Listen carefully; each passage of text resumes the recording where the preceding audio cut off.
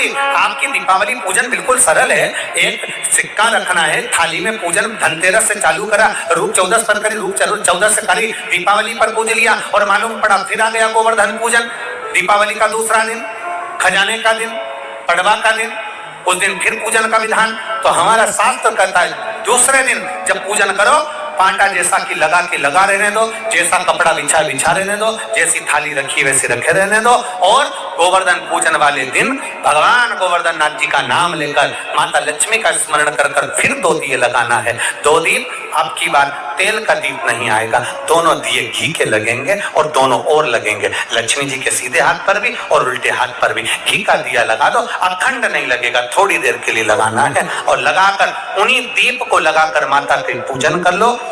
गोवर्धन पूजन वाले दिन, पड़वा के दिन जैसी पूजन रोज करी वैसी की वैसी चंदन, रोली, मोली, हल्दी जो भी है वो चढ़ाकर पूजन करो।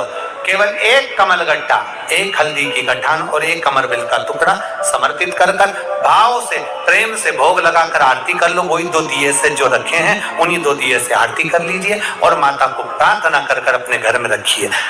फिर माता का स्मरण कर कर झोली पसार कर प्रणाम करो, माँ तो कृपा करने वाली। ये सारी पूजन जितने दिन की कर रहे हो सब शाम के समय करिए, प्रदोष काल में शाम के समय। दीपावली पूजन का मुहूर्त देख लो, रात का हो तो रात का समय देखकर आराम से करो, पर बाकी की जितनी पूजन 4 दिन की सब प्रदोष काल में करो, सब प्रदोष।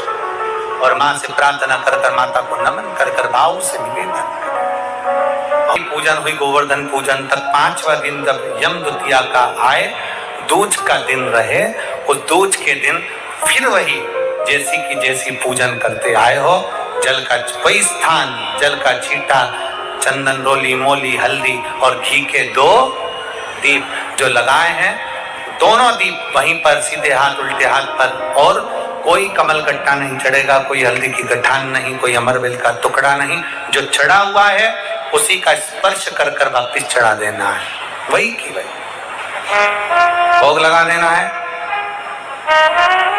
जो सिक्के तुमने रखे हैं उस सिक्के को हाथ में उठाना है, एक हल्दी की गठान, एक कमल गट्टा, एक अमरवेल का टुकड़ा, लाल वस्त्र में उसको बांध कर दिया साथ में लेकर, एक दीप वहीं लगा रहेगा, एक दीप साथ में लेकर जिस अलमारी में तिजोरी में आप रखने के लिए जाएं, उसी अलमारी तिजोरी के साइड में दीप को थोड़ी देर के लिए रखें। अपनी लाकर अलमारी खोलकर वो सिक्का जो पूजन करी है तुमने विराम के दिन की, 5वें दिन की, यम द्वितीया के दिन की, माता लक्ष्मी से प्रार्थना कर कर कुबेरेश्वर बाबा का नाम लेकर उसको अलमारी में तिजोरी में रख दो। जो दिया लगाया है उससे वही उसकी आरती उतार कर वापिस अमरवेल का टुकड़ा लाल वस्त्र में उसको बांध कर दिया साथ में लेकर, एक दीप वहीं लगा रहेगा, एक दीप साथ में लेकर जिस अलमारी में तिजोरी में आप रखने के लिए जाएं, उसी अलमारी तिजोरी के साइड में दीप को थोड़ी देर के लिए रखें। अपनी लाकर अलमारी खोलकर वो सिक्का जो पूजन करी है तुमने विराम के दिन की, 5वें दिन की, यम द्वितीया के दिन की, माता लक्ष्मी से प्रार्थना कर कर कुबेरेश्वर बाबा का नाम लेकर उसको अलमारी में तिजोरी में रख दो। जो दिया लगाया है उससे वही उसकी आरती उतार कर वापिस उस दिए को अपने रसोई घर में ले जाकर रख दीजिए और दूसरा जो दिया भगवान के पास लगा हुआ है उसको लगे देना।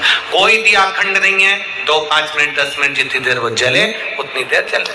माता को प्रणाम करो, कुल देवता को प्रणाम करो, अपने घर के पूर्वजों को नमन कर कर झोली पसार कर प्रणाम कर कर कहना, बाबा हमने 5 दिन की है कुबेरेश्वर बाबा, हमने 5 दिन की कुबेर लक्ष्मी पूजन करी है, ऐसा भंडार भरना बाबा कि तेरी कृपा हो और हमारे घर में सुख समृद्धि वैभव हो। ऐसी 5 दिवसीय पूजन है। शिव महापुराण के अनुसार लक्ष्मी पूजन के महत्व, लक्ष्मी पूजन के